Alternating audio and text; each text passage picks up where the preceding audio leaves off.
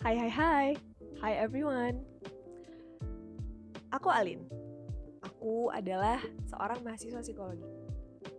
Dan hal-hal yang aku pelajari di perkuliahan mengenai psikologi tentu aja tentang perilaku manusia dominan. Ada yang dari normal sampai yang abnormal. Beberapa hal yang abnormal itu mungkin sering disadari sama manusia itu sendiri. Tapi hal-hal kecil mungkin gak disadari. Mungkin salah satunya dan hal yang akan aku bahas adalah tentang imposter syndrome. Mungkin istilah imposter syndrome itu sendiri atau kata-kata imposter kita kenal dan kita tahu dari salah satu game yang cukup hype dan dimainkan sama banyak orang ketika masa awal pandemi, yaitu game Among Us. Game Among Us ini adalah semacam game mafia di mana karakter imposter ini menjadi membunuh karakter-karakter yang lain dan mencoba menyelesaikan misi dan berpura-pura dan menjadi penipu. Nah, itu kan imposter di game Among Us. Terus kalau imposter syndrome yang akan aku bahas dari perspektif psikologi itu apa sih? Yuk kita bahas. What is imposter syndrome? Jadi, kita bisa pahami teman-teman, imposter syndrome itu adalah salah satu istilah yang dapat kita pahami sebagai pola pikir seorang manusia di mana ia merasa ia tidak pantas atas pencapaian ataupun pekerjaan yang ia miliki ataupun yang sudah ia capai. Istilahnya, ia merasa menjadi seorang penipu. Dia merasa tidak layak berada di posisi yang ia miliki atau tidak layak mendapatkan pencapaian atau posisi dia sekarang. Terus apa sih sebenarnya yang menjadi penyebab dari imposter syndrome itu dimiliki oleh seorang manusia? Nah, penyebab dari imposter syndrome itu sendiri mungkin yang pertama bisa kita tahu teman-teman adalah kecenderungan diri kita untuk membandingkan posisi atau pencapaian kita dengan lingkungan yang lebih sukses dan lebih tinggi atau lebih baik daripada diri kita. Sebagai manusia, itu hal yang wajar ketika kita melihat pencapaian orang yang lebih sukses atau lebih baik daripada kita. Tapi hal ini menyebabkan kita terlalu fokus terhadap pencapaian-pencapaian orang lain sehingga mungkin kita tidak menyadari bahwa kita juga sudah mendapatkan pencapaian-pencapaian yang luar biasa juga, dan mungkin malah merasa pencapaian kita itu bukan apa-apa dibandingkan kesuksesan atau pencapaian orang lain. Mungkin yang kedua adalah sifat perfeksionisme, ingin sempurna, ingin memberikan sesuatu, ingin menghasilkan sesuatu dengan hasil yang sempurna, dengan hasil yang perfect, walaupun kita menyadari sebagai seorang manusia tidak ada hal yang sempurna di dunia ini, teman-teman. Nah,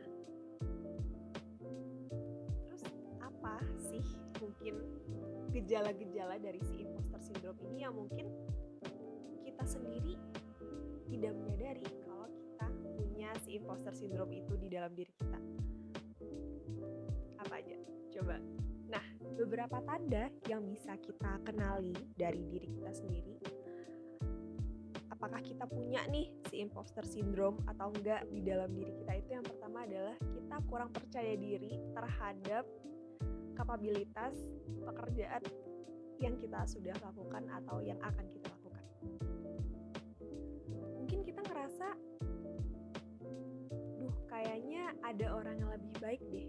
Kayaknya ada orang yang bisa mengerjakan hal A, hal B lebih baik daripada aku, ketika mungkin kita diberikan kesempatan atau kita ditunjuk sebagai orang yang terlihat mampu oleh orang-orang di sekitar kita, tetapi kita ngerasa kayaknya aku gak layak deh untuk bisa tampil, gak layak deh untuk bisa memberikan A, memberikan B, untuk bisa menghasilkan A, menghasilkan B.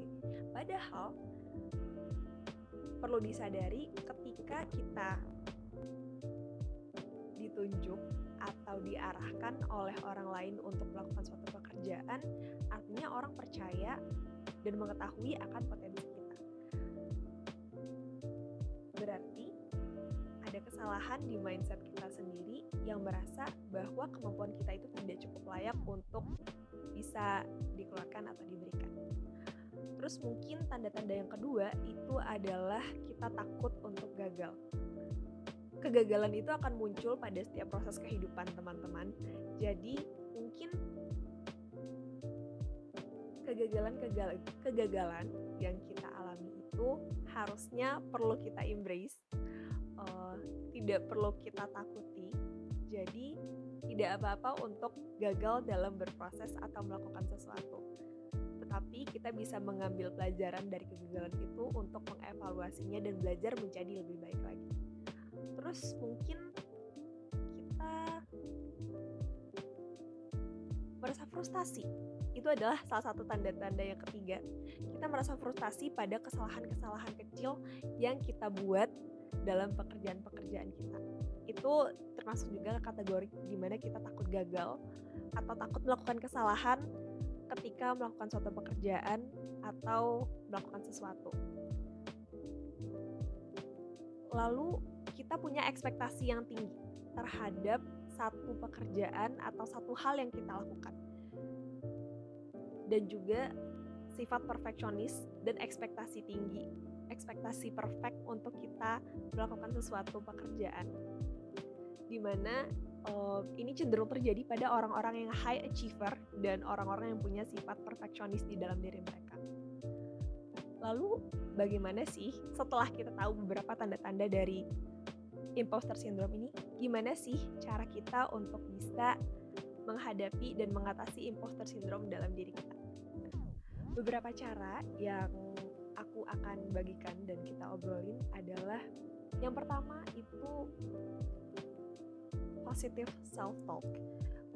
Self-talk ini adalah salah satu cara di mana kita berbicara dengan diri kita sendiri. Mungkin terlihat atau terkesan seperti, ih ngapain sih ngomong sama diri sendiri? Ngapain sih bicara sama diri sendiri kayak orang gila?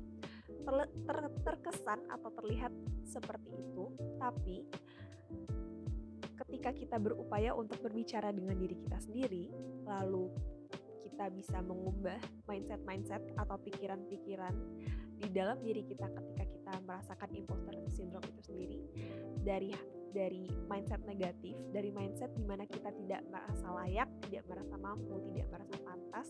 Ketika kita berupaya untuk berbicara dengan diri kita sendiri, maka hal tersebut akan berubah menjadi positive mindset saat kita berupaya berbicara positif terhadap diri kita sendiri.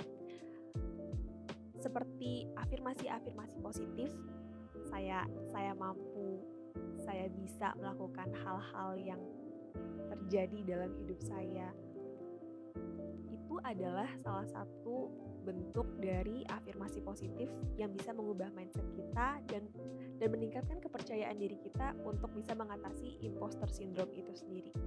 Lalu yang kedua, kita berupaya untuk meningkatkan kepercayaan diri kita.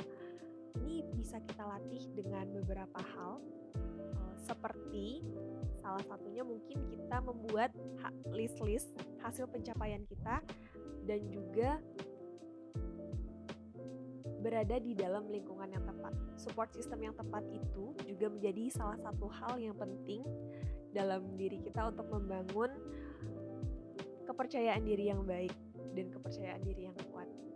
Di mana teman-teman yang suportif akan bisa membangun kepercayaan diri yang kuat dan juga bisa menjadi salah satu hal yang mengatasi imposter syndrome dalam diri kita.